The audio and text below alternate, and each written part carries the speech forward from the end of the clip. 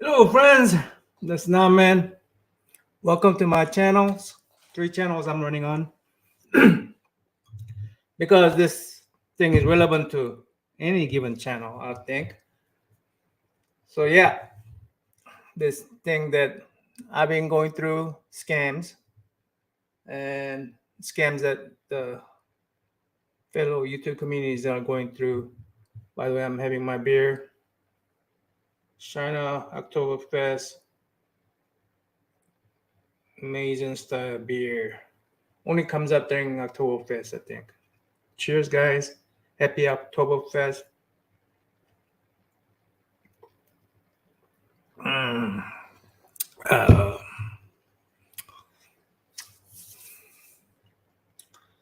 so,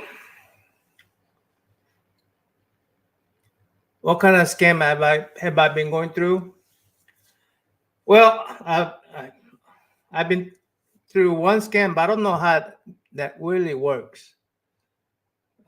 Figuring it out, and hopefully, I have some viewers out there that will tell me what this scam is. So, let's look at my scam thing. Hold on. Is that video file? No, not video file. Screen. Share screen. Share screen. And yeah, that's it. So this is I'm here.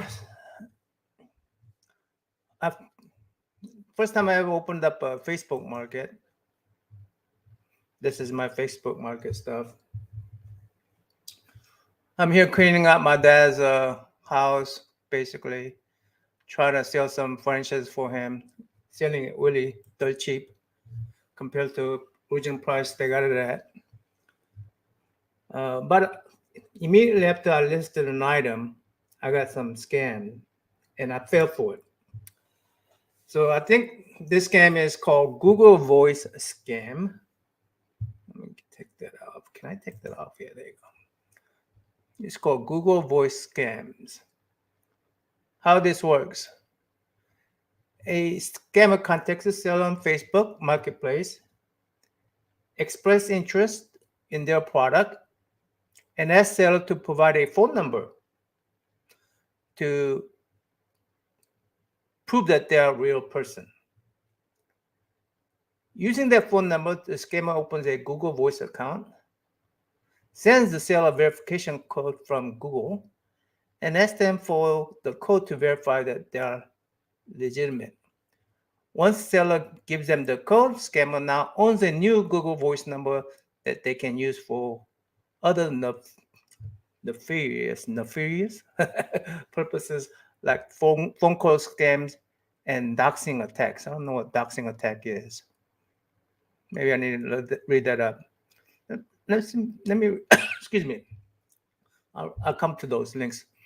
Buyers can also be victims of this scam. In recent tweets, we are hearing that scammers are now posing as sellers on Facebook Marketplace and asking potential buyers to. Okay, this is if you're a seller. I was dealing with the buyers, so this is when sellers can do it too. Sellers asking potential buyers to verify they're legitimate by providing Google Voice verification code, say monetary chief victim officer at the identity that okay. So this can be work in both ways. Let me look up phone call scams.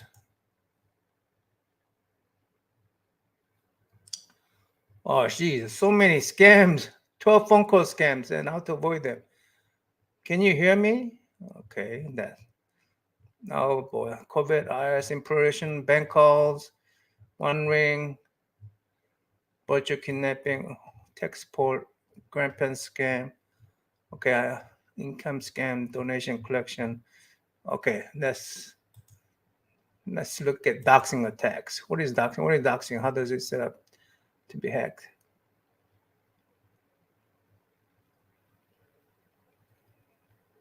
But digital tech involves publishing personal information about someone on the web. I think this is where I think I got. This is how I got attacked. I think, or this is the reason why they were asking for my phone number. See, I was here selling stuff. I'm in Oklahoma, and maybe I shouldn't even provide that kind of information. I'm in my dad's house, and I'm in another city. I live in another city. I live in Oklahoma. I already said that, so I'm gonna.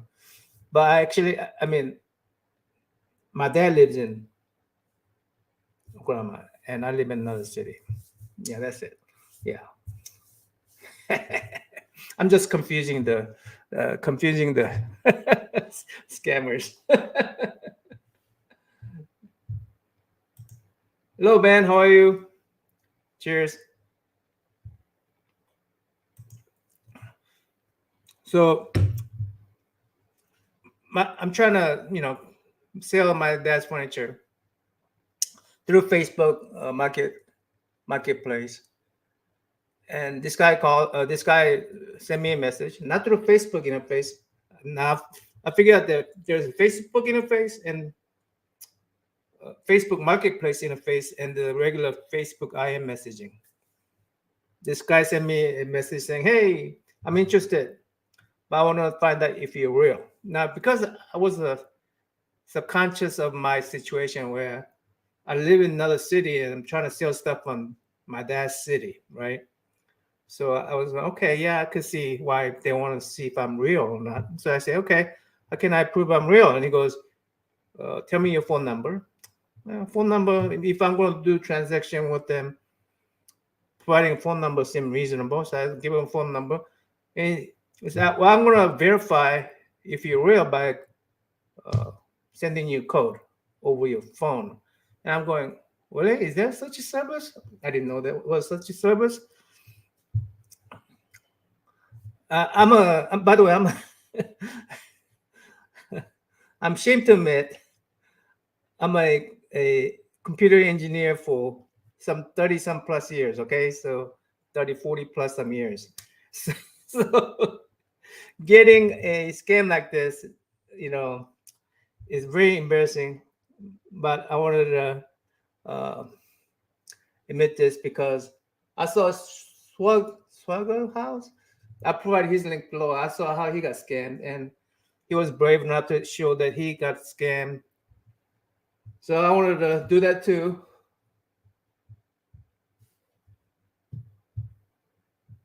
Go be fit.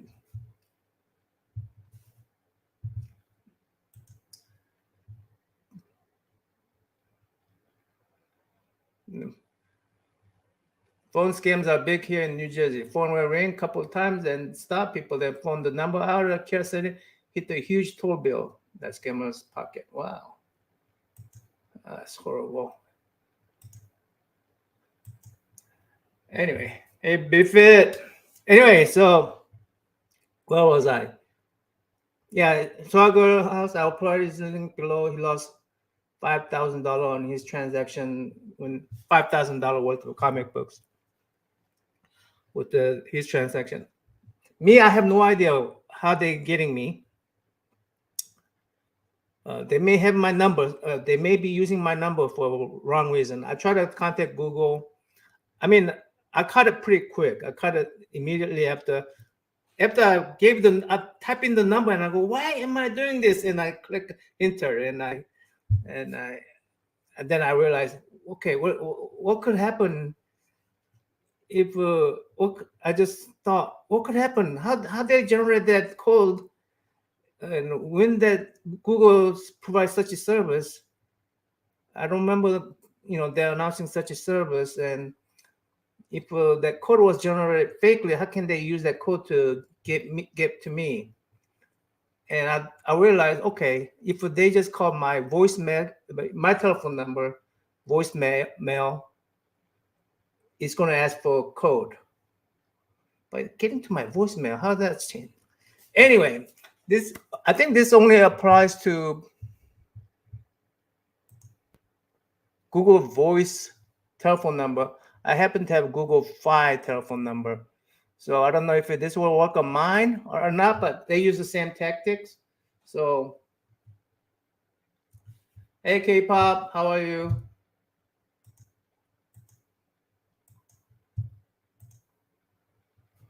Saying hi to each other. All right. So, yeah, I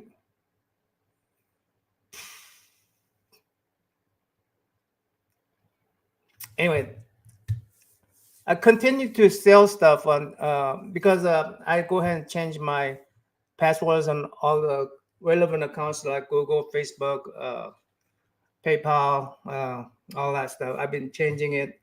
I'm still changing it just in case. I'm constantly changing my password, making sure that someone is not using my number for something else.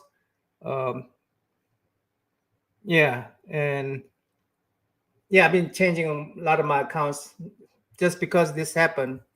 I've been changing my password around on all my things, and I've been using VPN. A some of my PC have a VPN connection to it, so it has a virtual private network connection to it, so it keeps people from snooping into my system. So I'm using that system to go and change my passwords and and things like that. So I've been changing constantly, so they can not attack me, but still, I'm thinking that they might still be able to get to me. So I'm constantly watching. Anyway, on Facebook, I've been selling some items like, you know, my dad's furniture like this. Let me see if I'm providing any kind of a personal information here. I don't think so. So I'm providing, and soon as I hit these items that are like high ticket items, like above $200, I'm getting different kind of scammers. It's like these are they call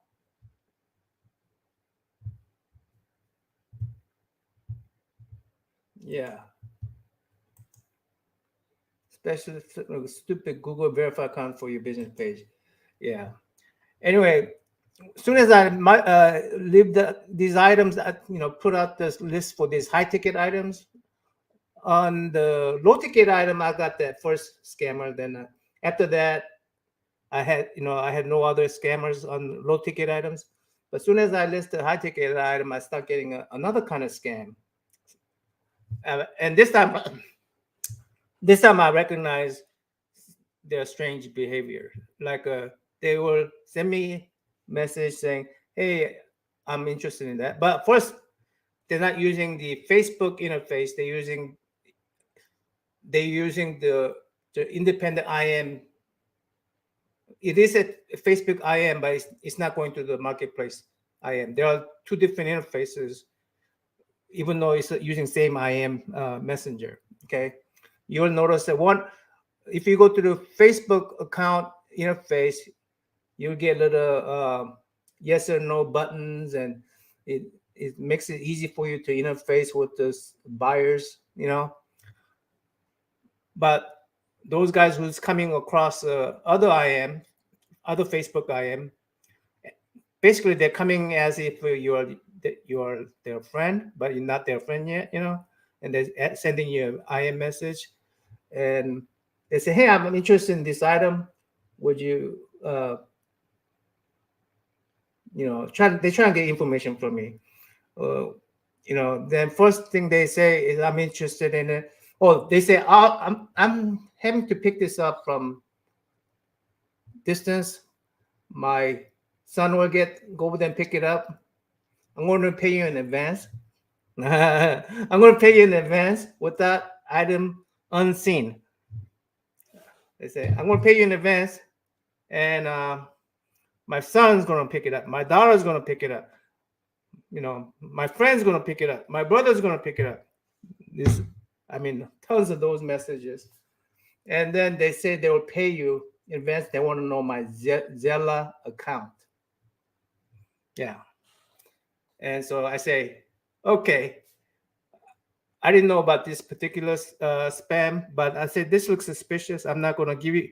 So I told everybody, hey, look, I'm not gonna give you guys any kind of information. You could, I'm here locally, and you're buying locally. If you're sending someone locally, come to me and either hand me cash or I handle Venmo, and that's it. And you could pay me on Venmo on locally. uh, while we are looking at each other eye to eye. I'm not giving any information until you come to see me. And a lot of them will give an excuse. Oh, I don't have Venmo, or oh, I can be there. I cannot be there. My brother don't have cash, and you know. So, and then they want me to.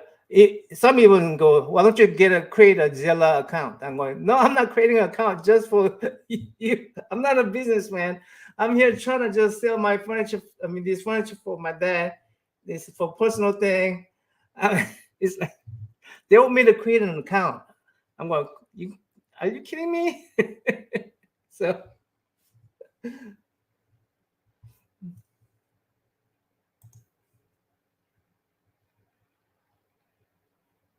marketplace is trash for business people. Okay. It keeps linking your profile not to your business page, and it makes it hard to keep that separate. Yeah. Anyway, but I did have success selling the stuff. I mean, every time I listed, I will sell it. So I couldn't complain about selling the items, but every time you list item, you're going to have spammers spamming you. I mean, scammers, not spammers, scammers. Well, scammers spamming you with their spamming techniques, and they always want information from you that you shouldn't provide. They always want to, and they give you that little carrot. They give you that little, hey, I'm going to pay you in advance, and so that it will be on. I don't want you to sell it to any other people. I'm going to pay you in advance. And now, how they scam you is that sometimes they will pay you with a fake Venmo card. They will ask for your email address too. Somehow they'll use your email address to generate a fake notice saying you got received, when you ask for $20, you receive $400, and then hey, can you pay that back to me because I don't want to cancel it and all that, and then you end up sending back $200 back, and they will keep that $20, of course, and the $400 you got was it from fake account, so I mean fake message, so you not really got anything. So just tons and tons of way for people to scan you, and it's crazy. I mean, other day I was talking about how I got my comic books, like real estate. If I put on one of home marketplace, it refused to let me use my real page, not my personal page. Yeah. Facebook got to do something about this kind of scams, because it's happening right in front of my eye. I mean, I pride in that I'm a computer savvy person, and I've been with the computer technology since I was 18, and I'm 60. So, I mean, and yet they still were able to scam me, It's, so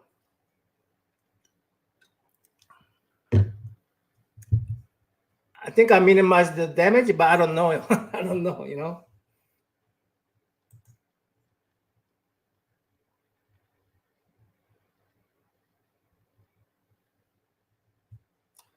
Yeah, yeah, yeah. I get that too, and at least when you are buying, you have control over how many people you could bring with you, and don't go places when it's dark, and don't yeah, I mean, you want to be public as possible. One of the things that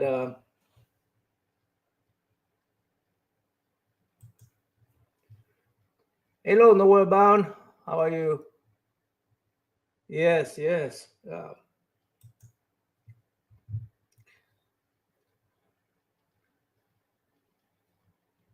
yeah.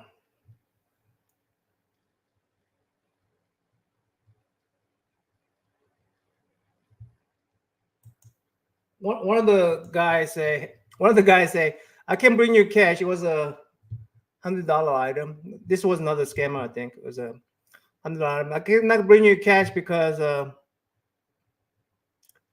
I got robbed. Well, I said just bring your Venmo account and we'll just do Venmo through the thing. My neighborhood is pretty safe neighborhood. You could come during the daytime, and I could bring out the furniture outside so we could do the transaction outside in public. And he still insists that I should get a Zelle account and that I should provide him an email address and all this extra information. I said, no, I'm not providing any information. I don't have to sell it. I don't have to sell it that bad. I mean, it's just $100. I don't have to sell it. You know, that's you offering me $100 is not a care for me. Okay. Yeah. If I don't sell it, I don't sell it. So it it preys on people's desperation, and it preys on people's need. It preys on yeah. As I was saying, I was buying these comic books from this guy, and I thought it was misleading, you know, misleading title, and but but he did have itemized list, and I didn't read the itemized list on the comic book on eBay, the one I told you about. And on that video, I said, hey, give people a chance to do the right things. Well, in this video, I'm going to say, give a chance, do things so that people who are scamming you is not so easy for them to scam you. Do things difficult for them. This is a reverse message. I don't know if that makes sense. Let me know if that didn't make sense. I'll try to explain that. Hey, Fanboy Prime, how are you, sir?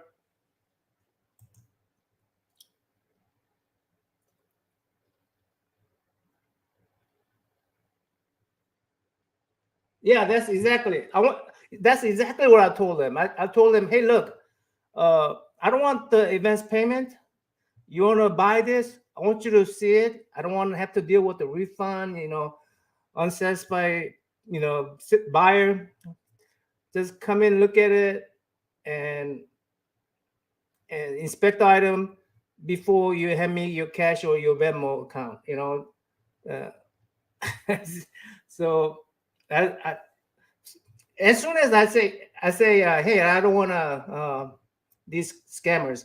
As soon as I say I'm not providing any information to you until I see you, until I see you, do the transaction physically. As soon as I say that, they'll just disconnect. So I want to see if I could make a list of it, but then they make these Facebook account. It's so easy for them to make a fake Facebook account, and they seem to be generating these names out of some kind of a name generator, because you get really some funky names. So yeah, I mean, there's nothing I could do to keep all those information, and I don't know if those information is any good, for detectives or police officers to look at it. But and on this particular scam, I told Google, hey, should I just change my telephone number? And they said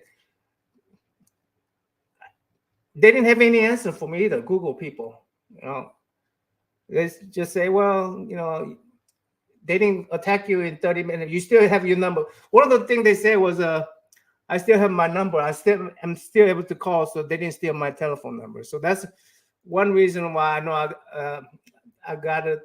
I mean, so I will know if I cannot use my phone that someone stole my number. That's Google's answer. And since I didn't get it stolen in 30 minutes and I changed my passwords, I should be okay. But that was Google's answer. Other than changing the phone number entirely, which means I have to change everybody's directories and everybody's people will have to notify everybody that calls me. And but I may do that so I can sleep easy at night eventually.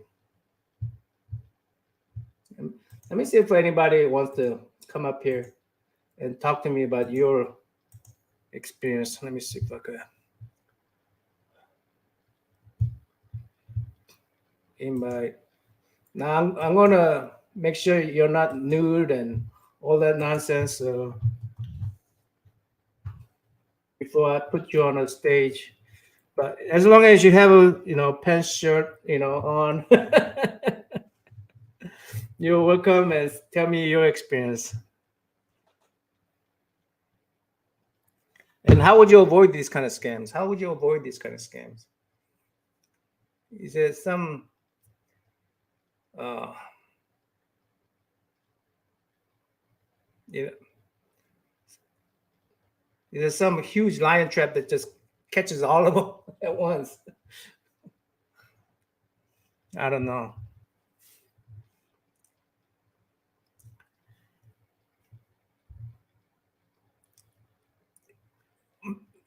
When I say give people a chance to do the right things, I realize that 9 out of 10 people probably will not do the right thing.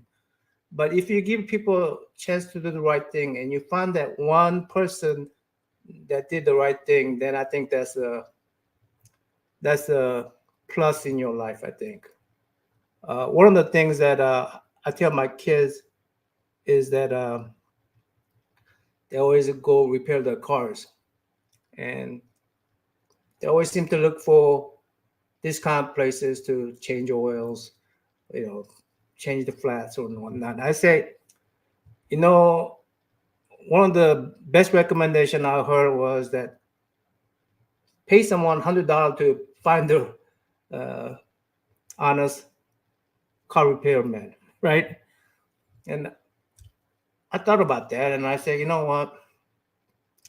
If I go to all these different places to shop, I probably will never get any kind of a customer to uh, businessman, face to face recognition. That's one thing. Second thing is everybody have their own computers. Everybody's gonna keep record of what they fix on particular car, right? And if I just take it to one person, right? Someone say, "Hey, I don't know, your carburetor is out," or I don't know if carburetor is a thing anymore, but your carburetor is out, right? Then next month I go to that same person and say, "Your carburetor is out. Hey, didn't you just fix that? 3 months ago?" But the guy says, the guy looking at his computer said, "No, because I went to different places all the time. If I go to one place, at least it keeps a database of your car, right? They could only scam me once. They could only try to replace my carburetor only once, right? I mean, so try to make it hard for people to try to scam you. Try to. So I just first I have that person to person relationship, and then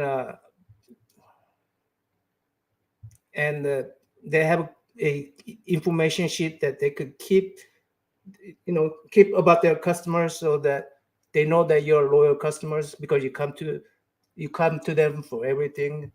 So find that one good one and just keep using that person, instead of trying to find the deal all the time, because eventually those deals all the time you may get things done that you probably don't need to get done.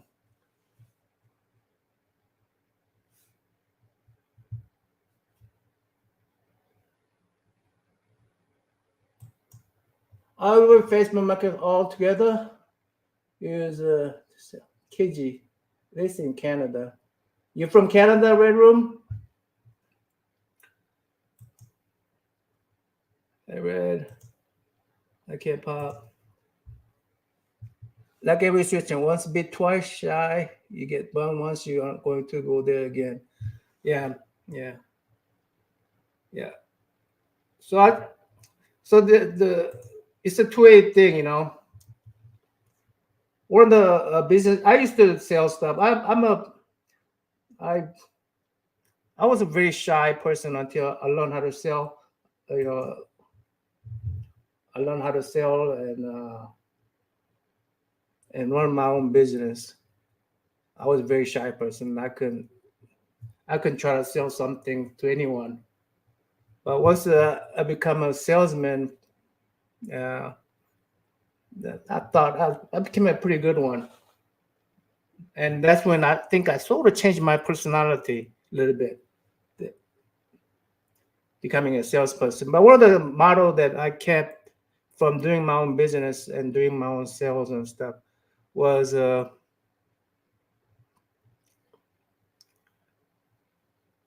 what was it? My brain fart.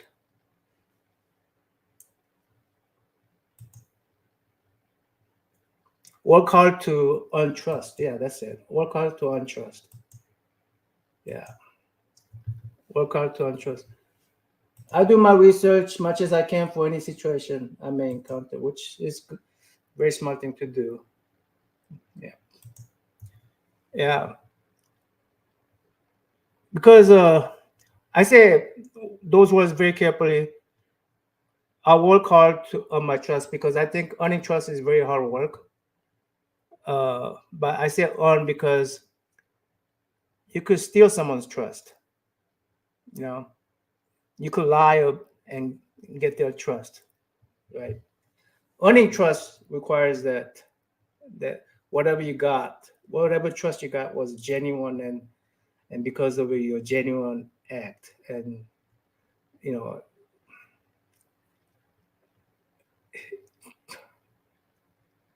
and this model I don't think is being used by anybody, especially when these people are scamming you at all costs. They want to become wealthy person at all costs. You know, I personally doubt these scammers will end up being wealthy person, but because they will never know how to earn a trust unless you're a born billionaire. I mean, then you don't need to earn anything. But yeah. Yeah. Anyway, I just wanted to share that thought. It's 30 minutes into it, trying to uh, knock out a beer before I go to sleep. I'm gonna try to list a few more items on Facebook. I do tell you, I will tell you that I've been listing 3 items per day, and uh, 1, 2, 3, 4, 5, 6, 9 items. I listed 9 items in 3 days. I was able to sell all of them, but last 2 items which I just listed yesterday. So it has been very responsive. People are uh, clicking on it. I mean, it is probably. I think it probably better than garage sale.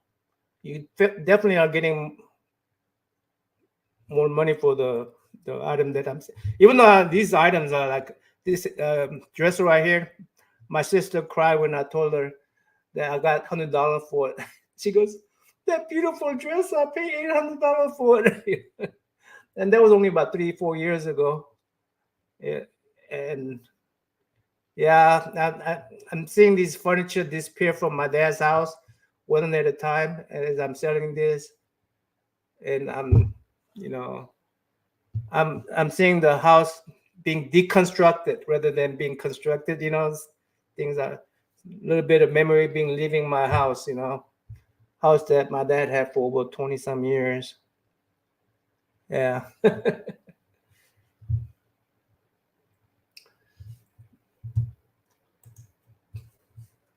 Scams like these only work for so long in today's day and age. People catch on quick and expose the scam quickly. Yeah, and I hope, at least for my community, I have a very small community.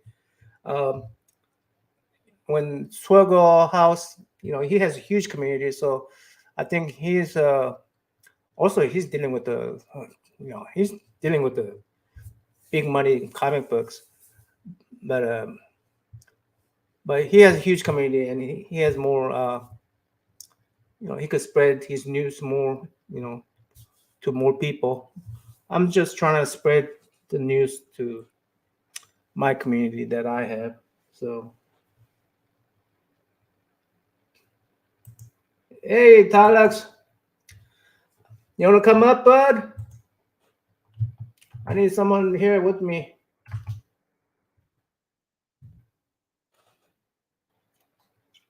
Talking about some scams, bud. I got scammed myself, and I'm trying to fix it. And I don't know if I'm fixing it or not. And if anybody has any idea on how to fix that, let me know. Since I got more people here, let me talk about how I got scammed. Okay. This is Google Voice. It's called Google Voice Scam, but I'm not sure if this is how I got scammed. A scammer contacts the seller on Facebook Marketplace, express interest in their product, and ask seller to provide a telephone number, which I did, to prove that they're a real person.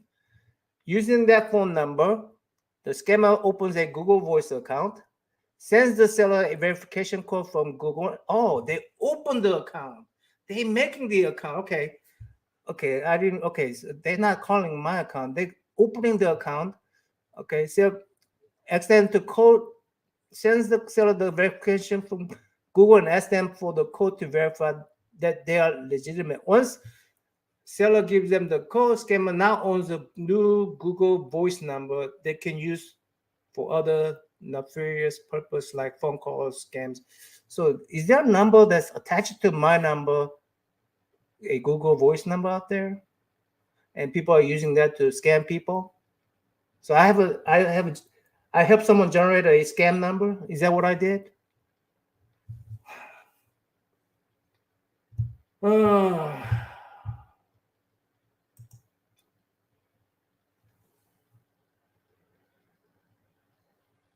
Yeah, well, yeah. Well, at least you got your family is going through it. I got these people I never known are going through it. Of course, you know, I, I'm glad some of these items are. I met some of the people. Some of these people are pretty nice people, so I'm glad they're getting some good deals and uh, they're getting some really nice furniture for their family. So I guess I can look at it that way.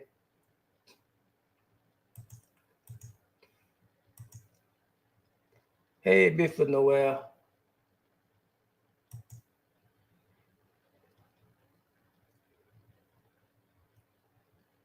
Yeah, I'm.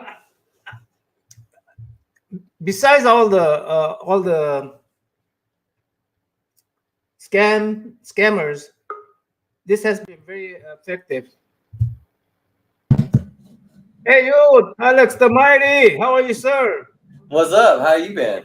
Hi, have you been scammed? Um,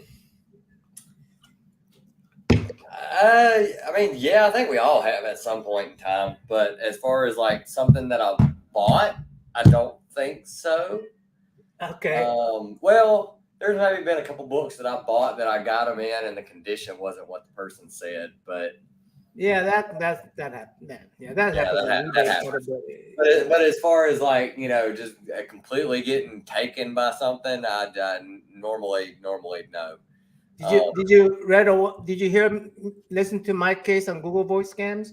what happened? Oh, I just read people this. Anyway, so I listed items on Facebook, right? Yeah. And the someone calls. I mean, someone write me a message saying, "Hey, I'm interested, but I want to know if you're a real person. Give me your telephone number. And I said, well, I mean, so this is my first time listing the item on Facebook. I didn't know what the procedure was. Okay. So I said, okay, I guess people asking for, when you're doing transaction, sure, they're going to Okay. ask for telephone number. So, okay, giving my number, I didn't think was a big deal. So I gave him the number. And he said, I'm going to send you a 6 code verification code. Yeah. I said, okay, why? He goes, I want to verify that you're a real person. And I want you to give me that code back. And I go, oh, I didn't know Google had such a service. He goes, yeah, they do. I mean, I go, okay. I was aware of it at this point, but because first time I ever listing an item on Facebook, I go, maybe this is a thing. So I send the code. Then I realized as soon as I sent the 6-digit code and push enter, or was it 6 digit? Yeah. As soon as I did that, I shouldn't have done that. I shouldn't have done that. And well, it turns out it's a way for them to get your number and generate a Google Voice number, and use that number to fake everybody else out. Yeah, yeah, I have had that happen. I had that happen with an item that I posted on Facebook Marketplace, and the person said that, and I sent them my number, and then they sent me the link, and they were like, type in this 6-digit code to this link, and I sent them a message back immediately to check them on it, because I was like, okay, this is kind of iffy. So I sent them a message back immediately, and I said, hey, this is definitely a real person. If you're interested in the item, it's here at this number. Just let me know if you're interested in it, and I can meet you somewhere. If not, I'm not following any links. You either want it or you don't. Yeah. And I never got any response back, and I immediately knew it was a scam, because if it would have been a real person, they'd be like, okay, no, I'm interested in it. I'll meet you. Tell me where you want to meet, and blah blah blah blah blah. This, that, and the other. So I did call Google. I did call Google, and I asked them, did I generate any kind of number? And they said no, they didn't. I didn't generate any kind of numbers. Since my telephone number was not stolen, because within 30, she asked me how long ago, and I said, as soon as I pushed that number in, and I realized something I was doing was wrong, I changed all my password on Google, Facebook, PayPal, and all that stuff. Yeah. And then I called the Google person and said, hey, Google person, help me out. This happened, what is there anything I can do? He goes, well, it's been 30 minutes and you still have the number. That means they haven't got to you yet. They haven't got to you. And since you change your password, you're good. I'm saying, Willie, that's all you can do for me? And that's all they said they can do for me. I could change my number totally, change the number out, which means that everybody else has to change the number to my telephone number and all that. Yeah. And all the information I put on my work information, all those things has changed. But that's all they could do for me. Yeah, yeah. I think the same thing. That's all they did. So, but if they generate some number that's attached to my number, they could be using my information. And so another thing I noticed is that after they did that, they constantly looking for more information from me. What's your telephone number? Hey, this number didn't work, so can you send me number from your sister's phone, that your father's phone? Just like yeah. They were wanting all kinds of stuff. Yeah. I caught on to it pretty quick just because it was kind of weird. I've sold a few things on Facebook Marketplace, and it's usually pretty quick and easy. If it's something that is here at the house that's big and heavy that I can't lift and move by myself, it's usually pretty quick transactions. It's like, hey, I'm interested. All right, what do you need as far as this, that, and the other? If it's something small, I usually meet them somewhere and stuff like that. But it's really quick. Nobody's ever asked me for any kind of verification or anything. As soon as the person asked me for verification, I was immediately just like, I mean, if you didn't think I was a real person, why did you message me in the first place? And you could see on my Facebook Marketplace history that I've got a few sales, and I've got some positive reviews, and they're all positive reviews. So all they had to do was look at my profile to see that I was legit. So that immediately threw up a red flag. But it's like I think it's like that now with Facebook Marketplace, where the whole thing's like that. Like it's nothing but people trying to scam you. I know. I had an item up on there, still have an item up on there that I've had on there for months, and nobody's hit me up for it whatsoever. And it's something that probably should have sold by now. And from what I keep seeing, it's just basically like people have stopped using Facebook Marketplace because there's so many scams and stuff like that that people pretty much just quit using it. Like they're probably going to end up just having to shut it down because nobody's using it anymore. Yeah, well, I've been using it.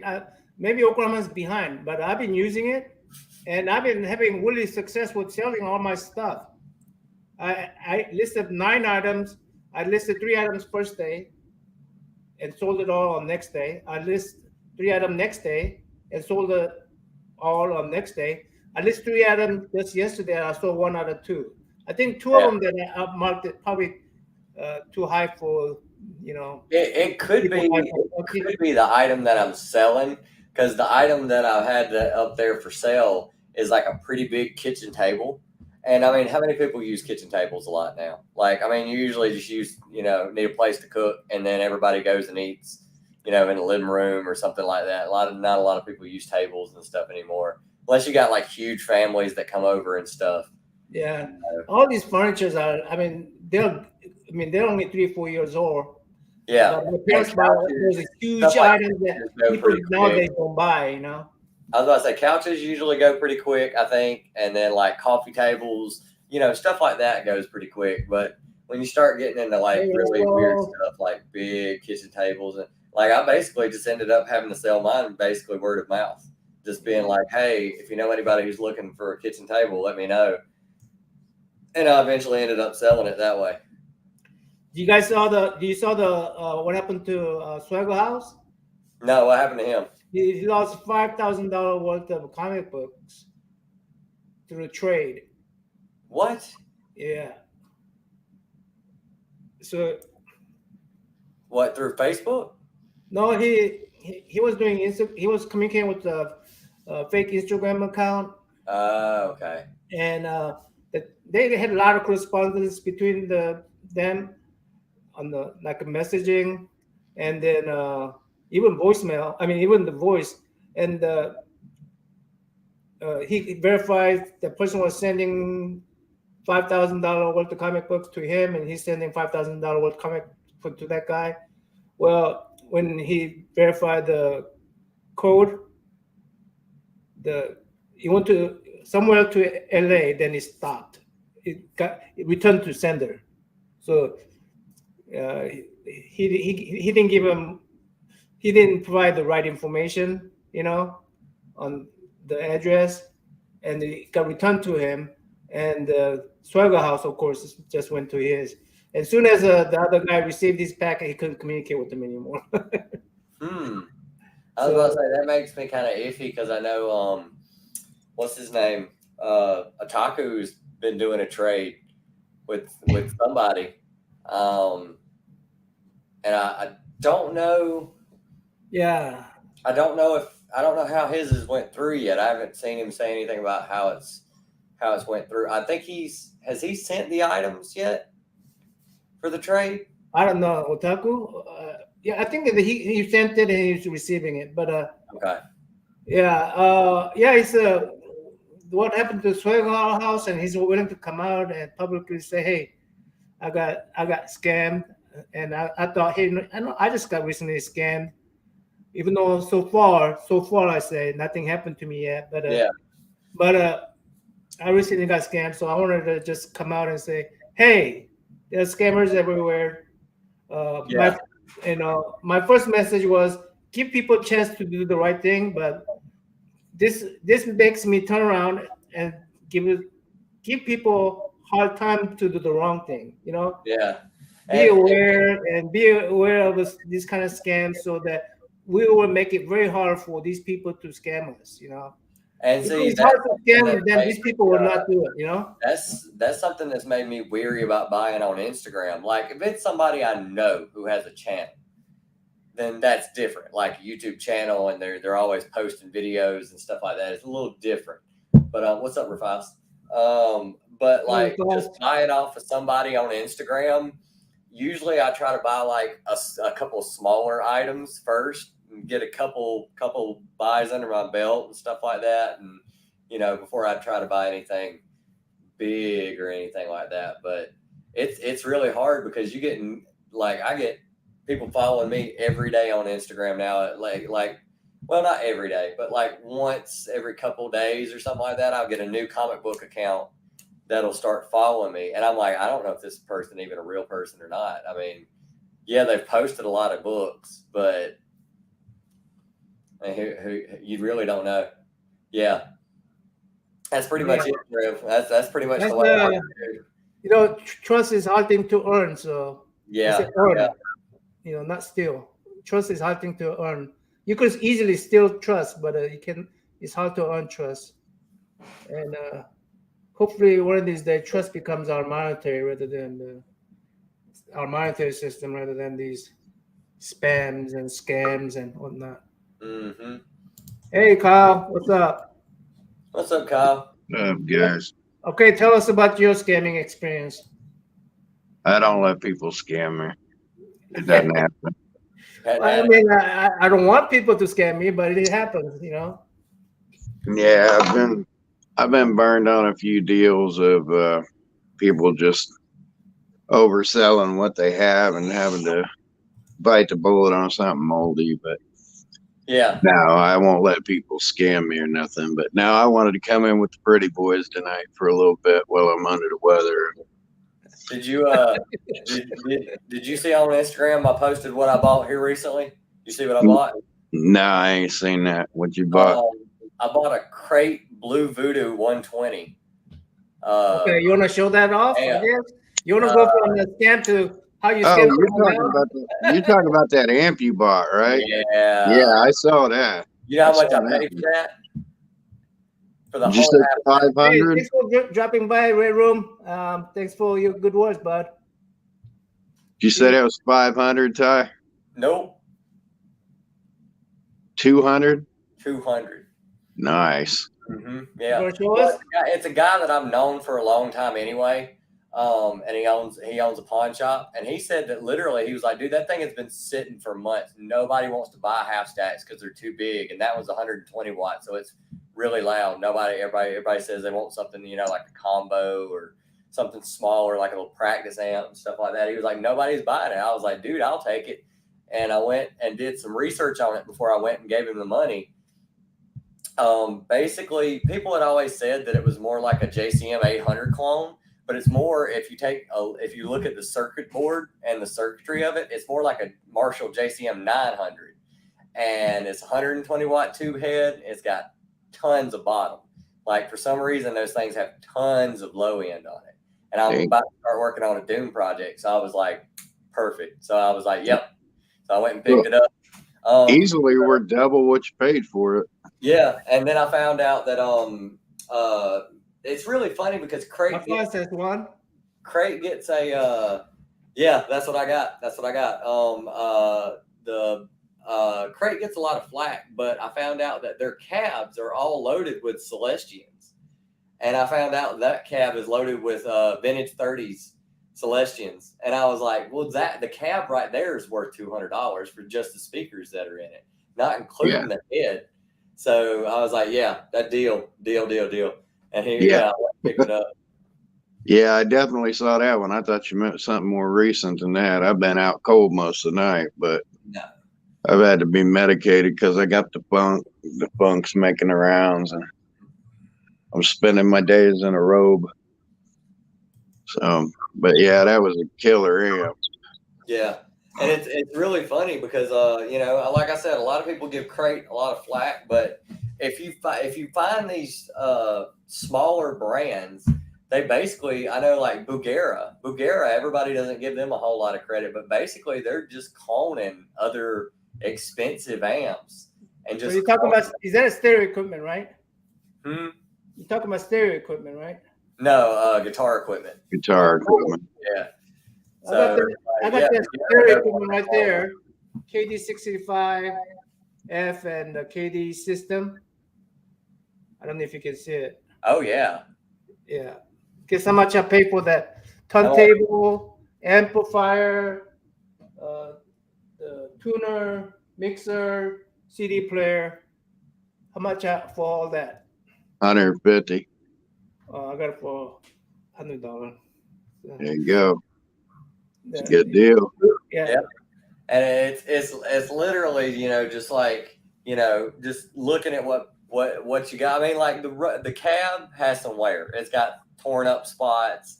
You can tell it's been like, it's been used, but the head looks really clean and it works. It sounds great. I might have to retube it maybe in the future, but Well, if you ain't got a cracked head, if you got that cheap and you ain't got a cracked head, then you're good. exactly. You came out good. So even if I have to retube it, I just have to get new tubes and get my tech to put them in. But yeah, so I was like, yeah, that's a win altogether. I love doing stuff like that. Like, what was it? A buddy of mine bought. He was using a head, and I kept looking at it, and I was like, hey, you took the nameplate off. So what is it? Like, I'm like, all right, you piqued my curiosity. What is the thing? And he was like, you're not going to believe what it is. And I was like, what? And he was like, look at the back of it. And I looked at the back of it, and it's a carbon. And I was like, nice. Carbon.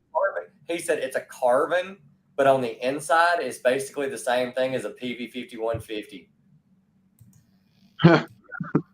He was like, Carbon just cloned it, and Bugera clones stuff, Crate clones stuff all the time, and they're basically like, people are just like, oh, it's not Marshall, it's not a it's not a PV, it's not a this, it's not a that. No, it's basically the same thing on the inside. The circuits don't know a difference. The circuits don't care as long as they're set up the right way and they use the same components. They don't care. Yeah, you get a gritty sound out of that in the club. That's a bar amp and a half right there. You shake the windows with that thing. Yeah. Rafaust, my guitar player in my old band, he had one. He had good luck with his. As far as I know, he's still playing on his now, and he's never had any problem out of it. I know that a buddy of mine bought a 6505, and he had to do it. He got it. He ordered it through Sweetwater, and when it came in, it was acting up, and it had some kind of problem in the inside of it from where it had been like dropped during shipping or something like that. But I think he just had to get like one little part replaced. It was like a little, I'm thinking it was like I don't know, it was like a plug-in or like a tube that got cracked or something like that. So I think it just depends on A, who shipped it, and B, it's like guitars. You can get 10 guitars all from the same year. One of them will sound incredible. The rest of them will sound like crap. Like, yeah. It just all depends on who put it together that day and what parts they used. This is my video on how to maintain the Kenwood KD65F. So, like, I actually replaced the motor on this thing. Oh, for real? And see, I'm no good at stuff like that. Yeah. And I had to replace this belt and figure out how this electronics work. I mean, it's tell you how to open it. So that's one of my other video projects. Like replacing a belt's not that I can do that. But like as far as like motors, I probably could, but I've just never gotten into doing all the electronics and how to read the manuals and stuff. Yeah. Hello, Richie. How are you, sir? I'm good. Wow, long time no see. Yeah. Is this the Master of None?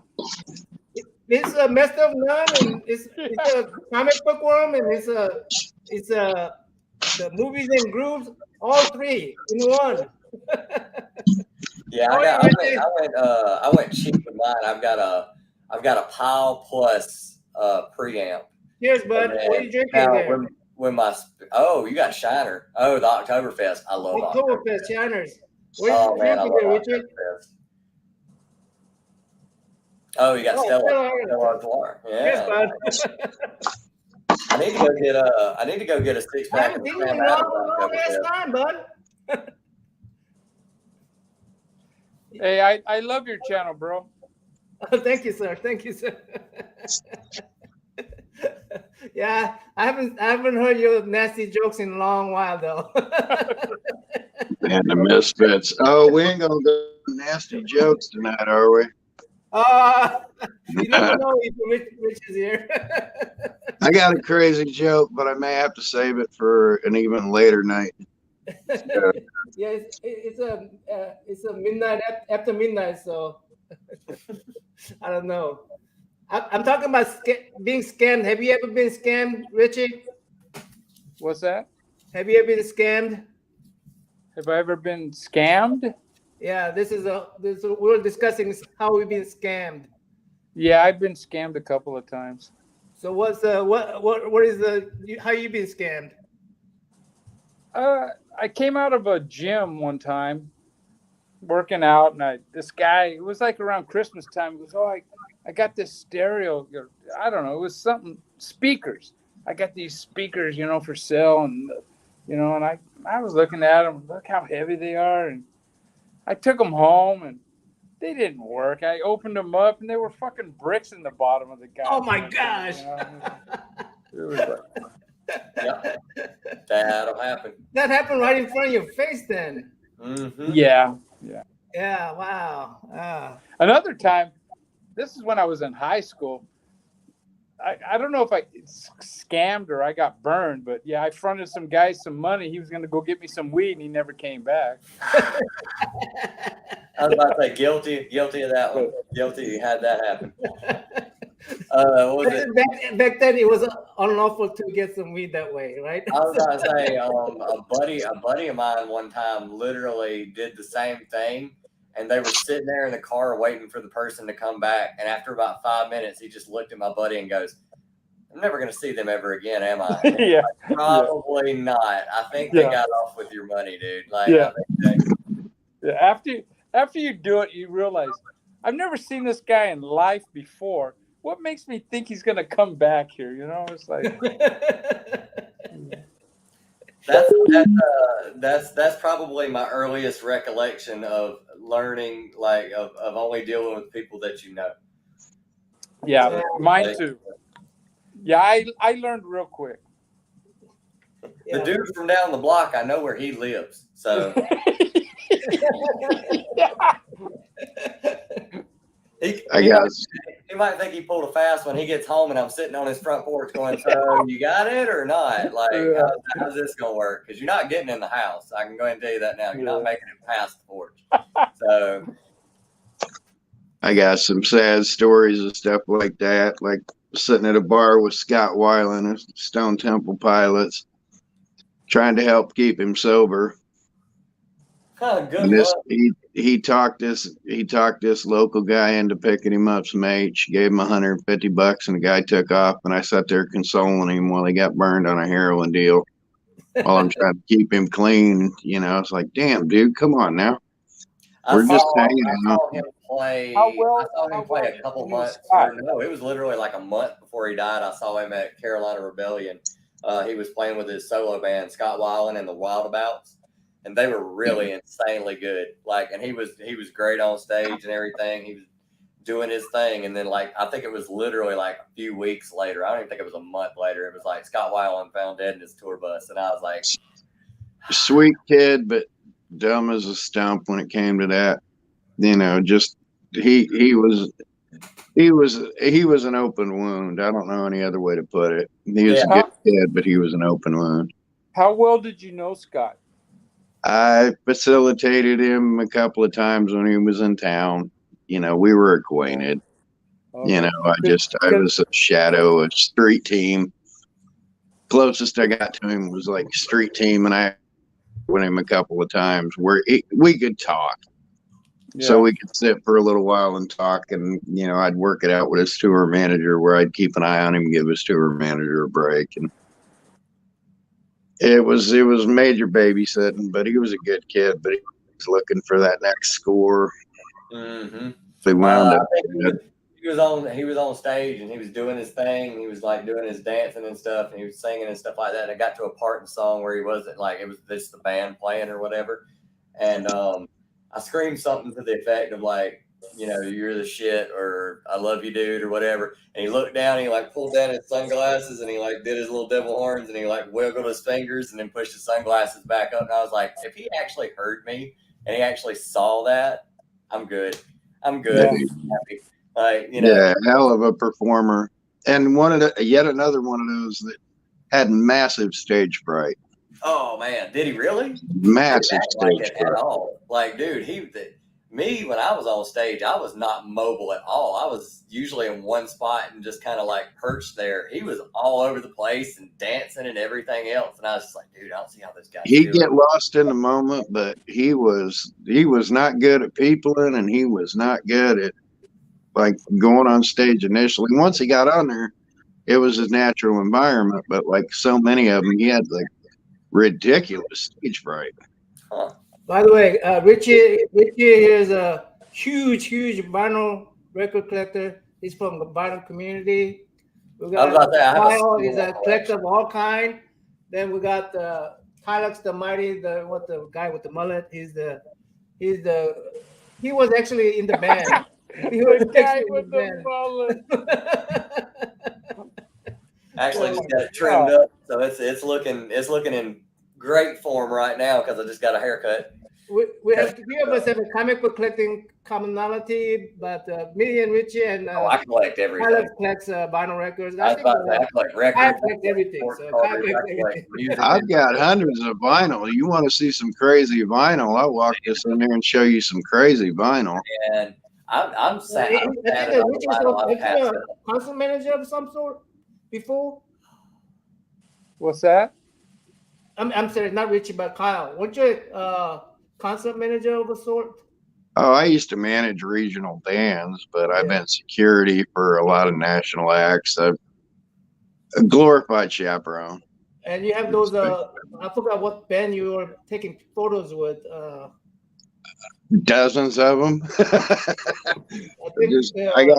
If I wouldn't wake people up going upstairs, I could hit you with dozens of them. But I'm old friends with Art Elisakis from Everclear. There's a guy sending Cheap Trick stuff over to Nauman. Got that Rick Nielsen pic tucked in that Willie Mays picture waiting for you, Nauman. Oh, Willie Mays. Yeah, I got Willie May picture waiting for me. Yeah, I got to figure out what to do with that, but we'll do it. That's cool. Actually, if you guys will appease me for a second, I'm going to walk away from here so I can go up and get that without making a noise, but I'll show you how I got Nauman's thing set aside here. And bring you quickly photos with your concert dudes. What's that? Bring some of your photos with your concert dudes. I mean, that's kind of silly, but sure, if you want to see them, I got a lot of them. I got containers of them. I got this stuff. That's just comic book and music swag just sitting in boxes over my head in the garage here. So I got more swag in boxes than most people have in their entire because won't let me put it all up. I know you do some art, and do you collect comic books? No. Huh? Who, me? Yeah, do you collect? I know you do art, and you do fantastic art, especially those on the. I got into comic books in the 90s, and I got into the Image. Image. Yeah. Todd McFarlane and all that. Yeah, I got heavily into that. But after a while, I kind of just gave it up. Yeah, I do still have boxes of comics. What genre of music do you have the most vinyl of? Who, me? Yeah. Punk. Really? Nice. Yeah, Nice. but by far, probably By far. half of my collection is probably punk. He has just wall of collection, wall of. Yeah, yeah. And he just his stage is based. His background is basically his walls. So it's like we have people who does a wall of comic books. Comic Yeah. books are $1,000 each. I follow a few channels here on YouTube. I follow Scott Waters.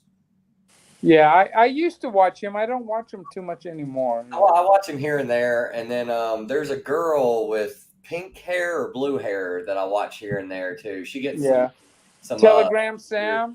That's it. She gets some really obscure stuff sometimes. Yeah, she'll run across all kinds of good stuff. But yeah, I like off the beaten path kind of stuff. Like Scott, you'll find all kinds of crazy stuff. Then I think you might like my last video. It's creepy and frightening records. Oh, yeah. I just recently got a what do you call it? Like a creepy record here recently that I found because of the low grades. It's an exorcism record that they only printed there's 4 different prints I think that we saw of them, and the test press only had 25 copies, but the rest of them were all 666 copies and stuff like that. So I grabbed it just because I was like, dude, I don't think I'll ever see anything weird like this ever again. That's where do you find this stuff? That's over the top creepy there. Yeah. And it's literally like they took recordings of exorcisms from the 60s. Oh, nice. There you go. Yeah. So how come you change your name to Color Vinyl Richie? No, I didn't. That was a joke. So this is his wall. People were telling me that man, all your new records are colored vinyl. You should change your name to Colored Vinyl Richie. I've gotten a few colored ones. Yeah, that's the video. I think check that video out, bro. It's really weird because people have been doing it for a while. Or like, oh, you don't want to get the. You may play some of it here, Richie. You know, what's that? Are you going to copyright me if I play this? No, you don't need to play the whole damn thing. I'm gonna play some of it. Where you may go to? Whatever, it's all good. I gotta go take a piss anyway. Copyright strike me, right? You're not gonna copyright strike me. No. Put this video down. You playing my video. Oh, did I tell you guys? I don't know if I told y'all. Oh, that's okay. Here recently. Where did you even find? Oh, Captain Beefheart. You know what? I'll do this. Yeah. As soon as I see Captain Beefheart, yeah, makes total sense. G.G. Allen. Yes. I love G.G. Allen. He's one crazy guy right there. Can be. Yeah. There you go.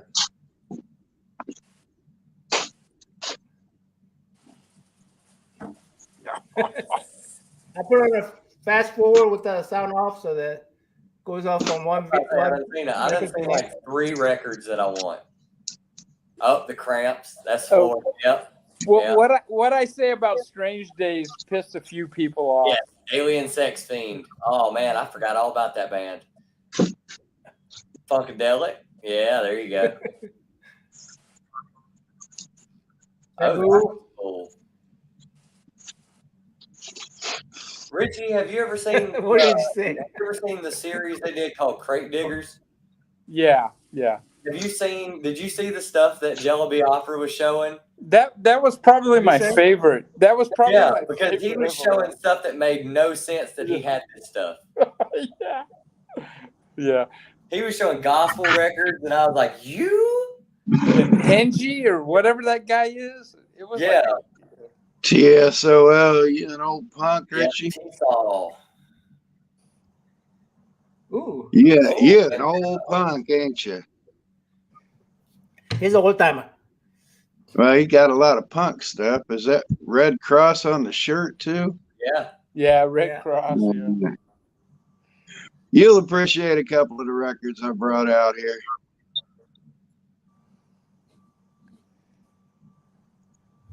You know what's creepy about that Beatles album?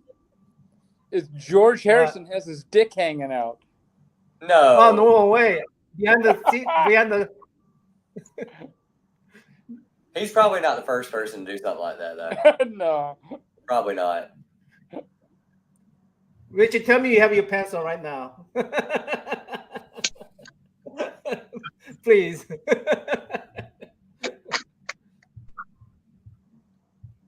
Was that Stack of Bow? Oh, there you go. Misfits.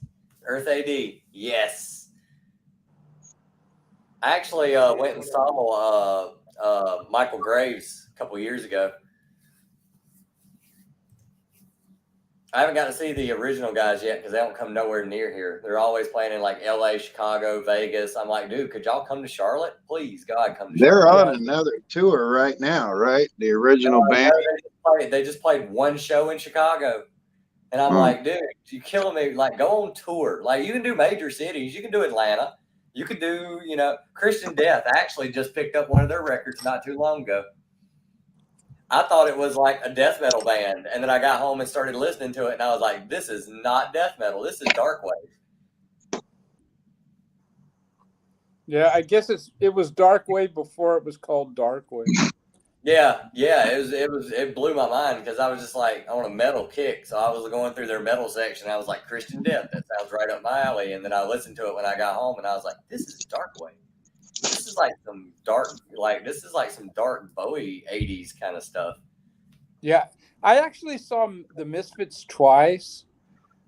Once in I think it was 82, and it was horrible. It was at Al's Bar. It was like a little small place, and they were just too fucking loud.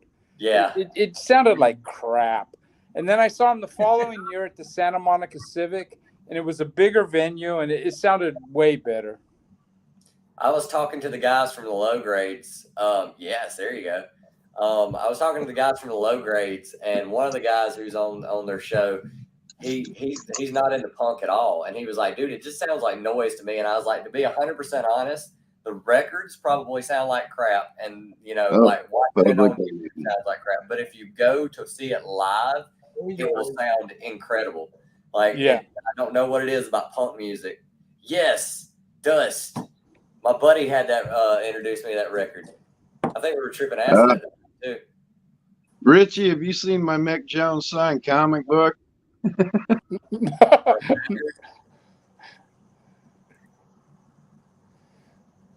Yeah, I got a comic book from Mick Jones, the guitarist from Sex Pistols, Clash, and Big Audio Dynamite. Oh yeah, okay. Cro-Mags, nice. He picked out a 2000 AD from 8 December 79, the same day as the same release day as London Calling, and he sent that over to me. That's very cool, dude. He's a big old comic book nerd. I'm gonna try and get him on our Wednesday show soon. But So you three wankers are all comic book nerds? Yeah, we all comic book nerds. I like anything pop culture. Anything pop culture. Oh, Black Flag. There you go. Anything pop culture. Records, the music stuff, sports cards, comics, just anything that tickles my fancy. It doesn't matter what it is. If I see it and I'm like, oh, I want that, I just end up getting it. And then it gets filed away somewhere behind me. Yes, Kyle, show your stuff. Well, this is yours. It just haven't gotten to you yet. Oh my God! Come on, dude. That's off the hook. And then that's just tucked right in there with it. So I'm getting this one.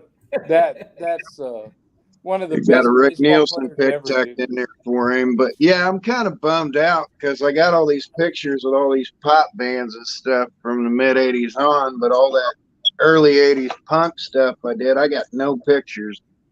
Circle City Punk Fest with Leaving and Fear with Flea on the bass, not a picture inside of that thing. So many bands are coming out with comics now.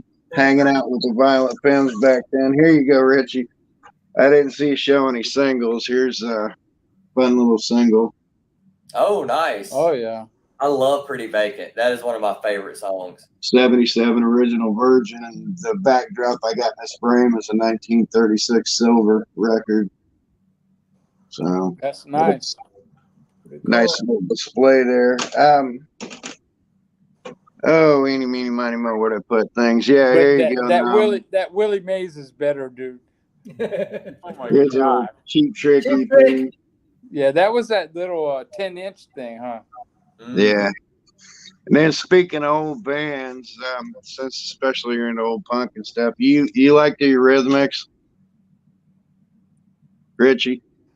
I like their first album a lot, and then they have some good songs. Let's put it that Did you way. ever know about the band before they were the Eurythmics? No, The I Tourists? know about Dave Stewart's band before, but not that. This is Dave Stewart. This is Dave and Annie when he was a teenager.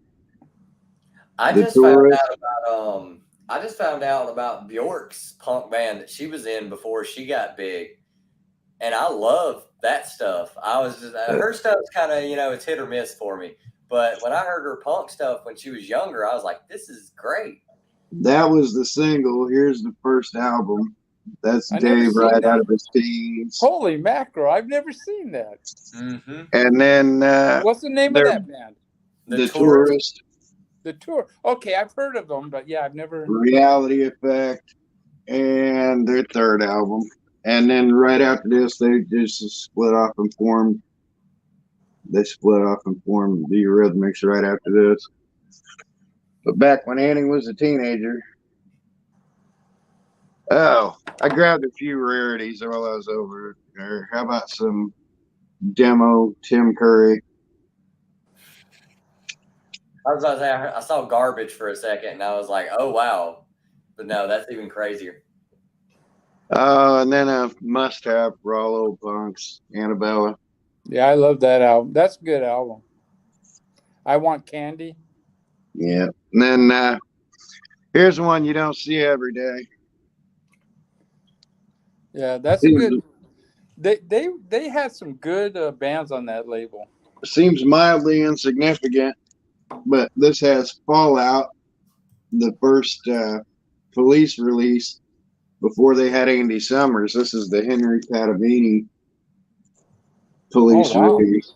So that's a rarity unto itself. That's pretty wild. And then another fun one. How about their first album? Yeah. Oh yeah. And so rare, but I got two of them. But I've seen those guys so many times. But that's some of my albums that were right there on top of things.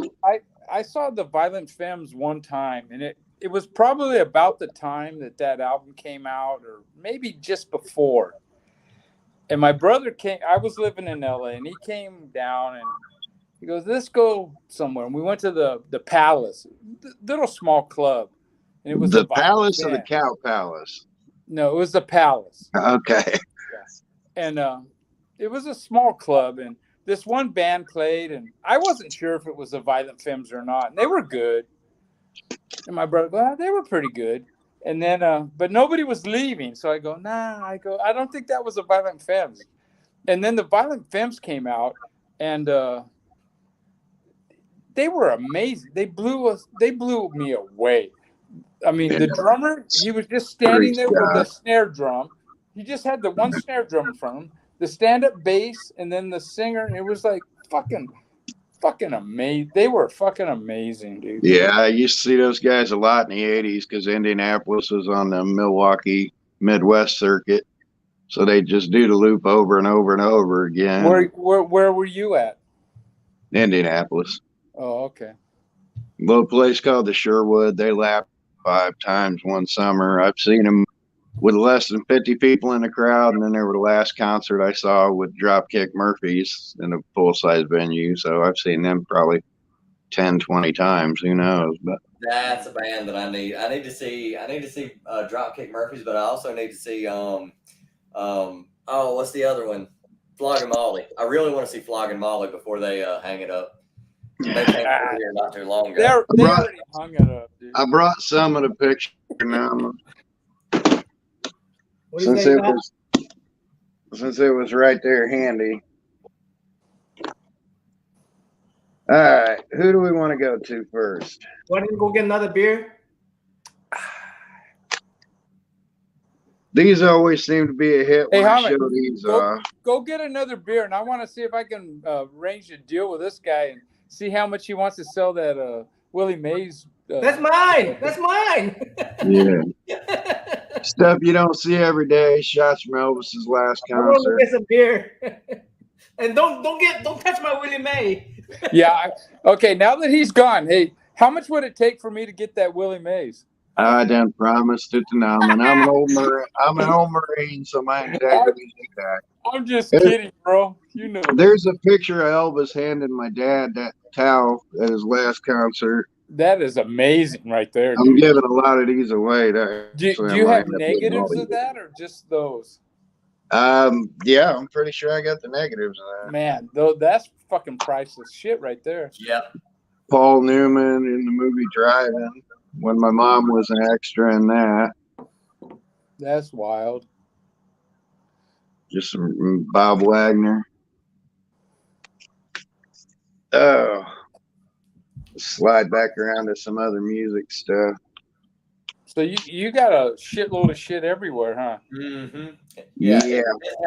His house is how mine's gonna end up being. See, When I get to be that age. That's the way I want my house to be. Is just stuff everywhere you can hardly walk. yeah. See, my wife wouldn't agree to that, so I had to get rid of a lot of stuff. That's why most of my stuff's in boxes behind me or buried away in boxes of pictures. There's art with my niece. That's cool, dude. Just hanging out with the family. And then talk about South Carolina. Here's me and Edwin McCain just dicking around. Yep. Yeah.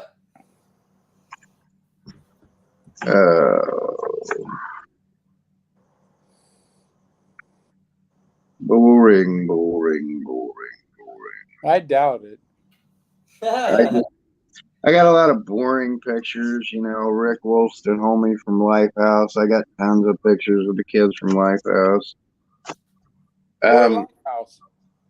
Hanging by a Moment, that 2001 biggest band Oh, okay. in 2001, Okay. Yeah. top 40 stuff. Yeah. That They, wasn't my thing. Yeah, it was kind of my girl's thing at the time, and turns out they were managed by somebody I liked a lot, like called Jude Cole. Like, there's Rick with my daughter, because my kid got spoiled a lot. I just got Sounds like it. So did Rich tons successfully of stage shots. Willie May? I told him my Marine integrity's intact. I promised it to you. You're gonna get it. Okay, so Rich didn't scam the Willie May from me. This is all about scamming, and I almost got Willie May scammed from me. No, not even. Yeah. I love Willie Mays, but I'm a Dodger fan, dude.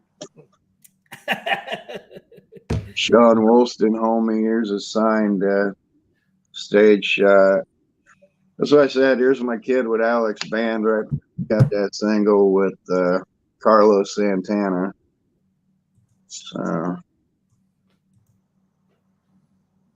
my kids with the band. My kids with the band. Here's a how do you do. How about Morris Day? Oh, there you go. The time. I That's love pretty the good, time. dude. I actually have ice cream castles. I bought it like as soon as I found out Discog was a thing. I just like looked it up and I was like, what album is Jungle Love on? And as soon as I found it, I was like, yep. That whole album, chili sauce on that album is killer. The whole So, album. but I got him beside my Jay and Silent Bob stuff. Yep.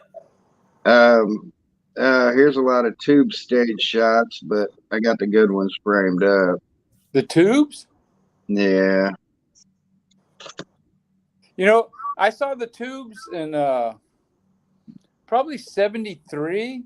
Kicking They were around an the opening sea in the act. morning. They were the opening act for Led Zeppelin up in Frisco. And it was a couple of years before they had a record out. I agree, K-pop. Hanging out. Wow, is that you there, bud? Yeah. How about some, You did how about good some with your- BDSM white condo tube stage shots?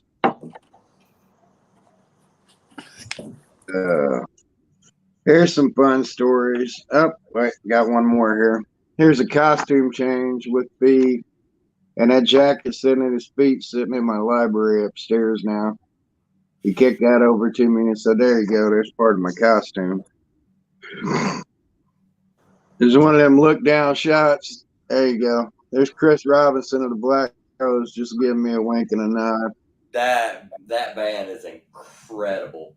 Shake Your Moneymaker is one of my favorite records of all time. Have I told you my Chris Robinson story, Tylox? No, I didn't even know you had a Chris Robinson story. The day of this show, and mind you, there was no press access or nothing like that, no cameras in the venue, but I had an all access and stuff like that. I was in the press pit for this.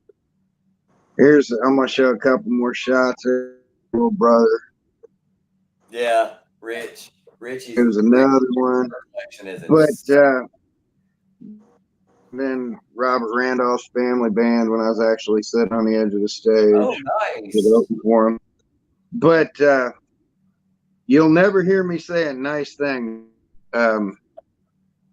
Kate Hudson, ever again for the rest of my life. Ever. Oh, here's another fun one. Anybody fans of Michelle Branch? Me and my kid, Michelle Branch. I actually really like Michelle Branch. She was I guess you could call her like a guilty pleasure for me, but I like the way she writes songs, and I don't really know her and the records. There's the Usher tour.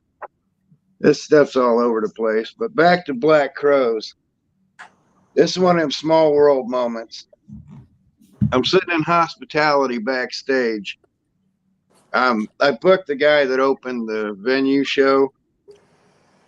So he'd already played his 45-minute set, and I'm sitting around backstage, and their opener hadn't come on yet. And Chris is walking around back there by himself, and he comes over to the little picnic table I'm at, and he sits down with me. And we start shooting the shit about nothing, about life in general, about nothing going on. And it's me, him, a couple other people from management levels and things like that, no other bandmates and stuff like that. I'm sitting at the table with Chris talking about nothing, and he gets a phone call from his publicist / manager. Her publicist called his publicist to announce their divorce. What? And his publicist called him while I was sitting there, and he was just gut wrenched. He's like, "Are you fucking kidding me?" Like they weren't even really having problems, and all of a sudden it's well, before you see it on TV, she's filed for divorce.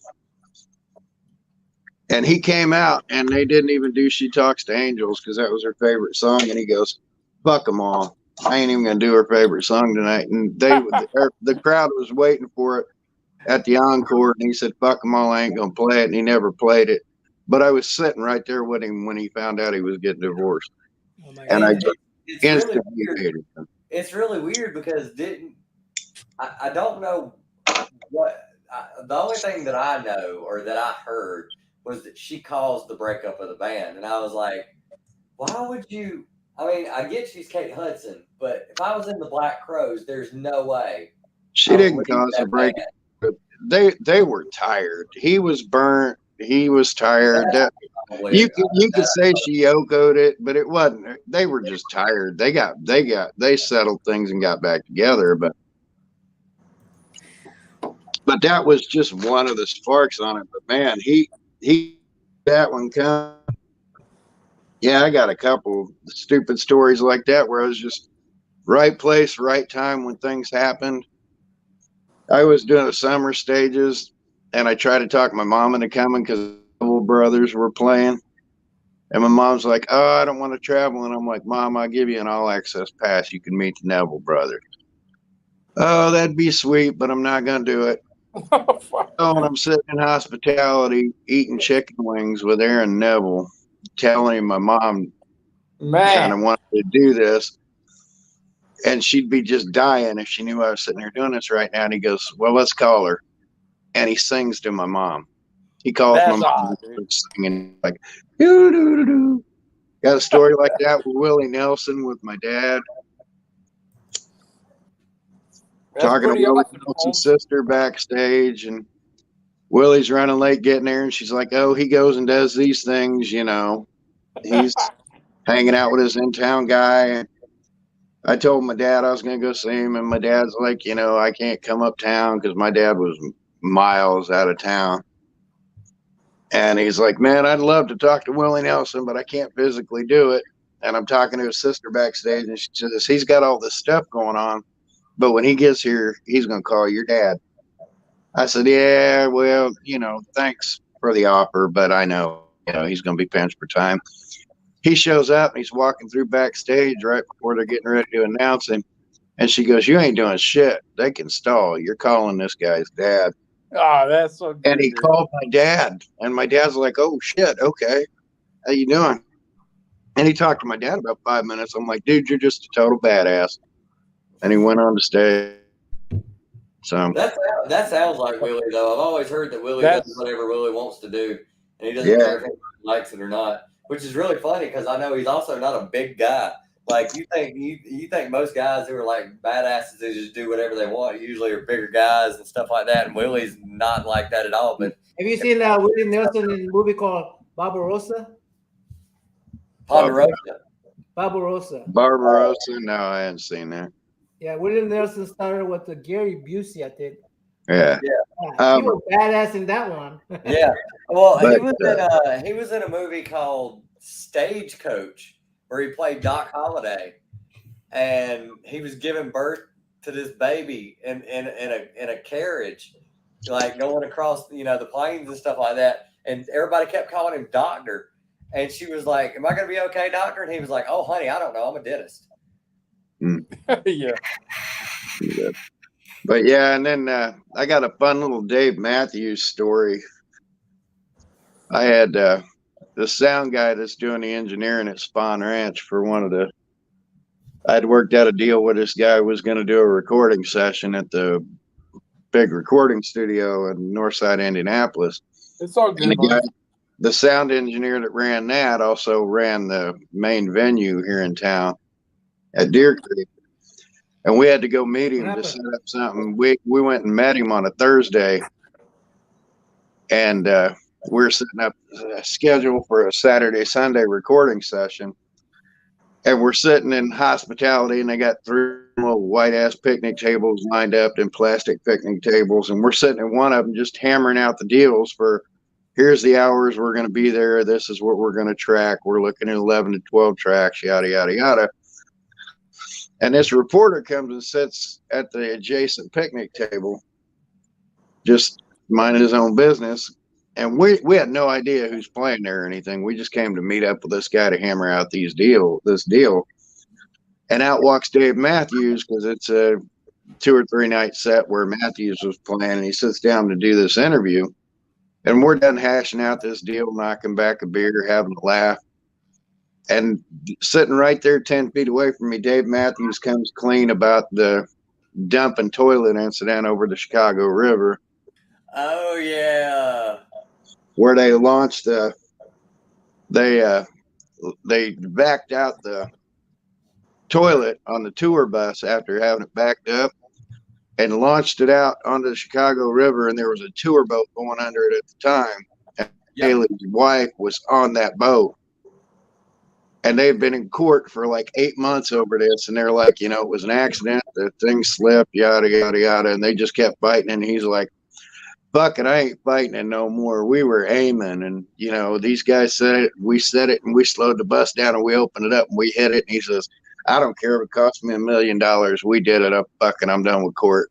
He ended up having to play a charity gig and paying like $600,000. But I was about to say, like, it does sound like a, was it prima donna rock star thing to do? But I was like, dude, more than likely, it was just like happenstance that the tour boat was going underneath them. They were bored, and it literally was. They were like, "Hey, we could shoot this out. You slowed it.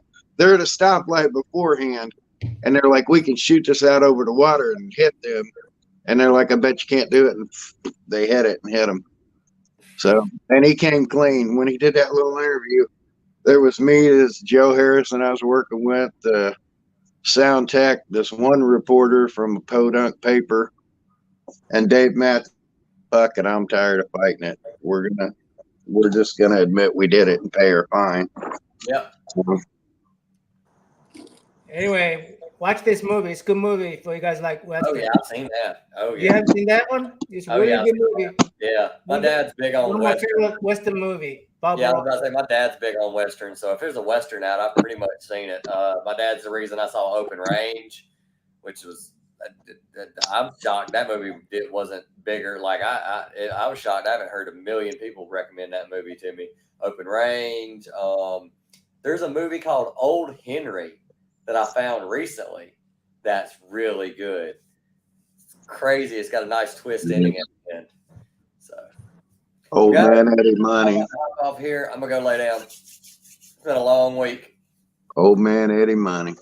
Hey, Richie, before we go, I want to ask you. Now you're on my channel, Richie. Will you? I have this series on my comic book channel called Meet the Collectors. Oh yeah. Richie, will you come on one of my Meet the Collectors series? That would be cool. Because it's Yeah. You'd be the first guy who's not like a comic book guy to come on there. No, you actually did the record show too, didn't you not, Alex? Yeah, I showed a few records on mine. Yeah. There's some cheap trick for you, Nami. Yeah, I would love to come on, and I have plenty of comics I can show. You can show comics and the records. And records. I showed everything, dude. Before you show records first. Bunny. I showed everything. All right. So, All right. I'll see you guys later. I'm about to head out. You're going to head out? I'm going to have to head out too. I got to get up tomorrow morning. And yeah, same. We'll see you guys. Same. All right. I'll see everybody later. Have a good one. Peace. See you later, fellas.